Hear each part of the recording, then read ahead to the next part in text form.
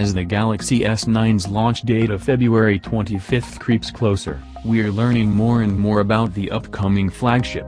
Just 2 days ago, we even got a peek at the Galaxy S9 and Galaxy S9 Plus in press render form. Now, after some digging around in Samsung's Settings app, a developer and AP reader reached out to us about his discovery of something called Intelligent Scan, something we've never heard of. Intelligent Scan isn't present in any stable Samsung software, nor is it found in any Oreo beta builds. Samsung describes it as a combination of iris scanner and face recognition together for better results even in low or very bright light, and even includes a video guide that has been helpfully uploaded to YouTube for your viewing pleasure.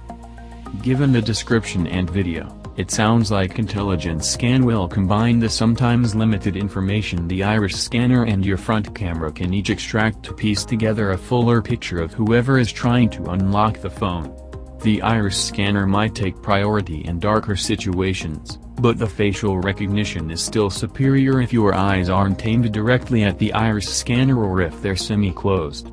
It's also possible that it might simply be choosing one method over the other given your environment.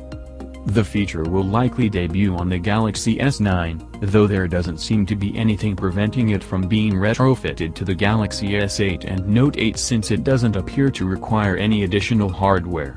Assuming there won't be any more leaks, there's less than a month to go before Samsung tells us what Intelligent Scan officially does.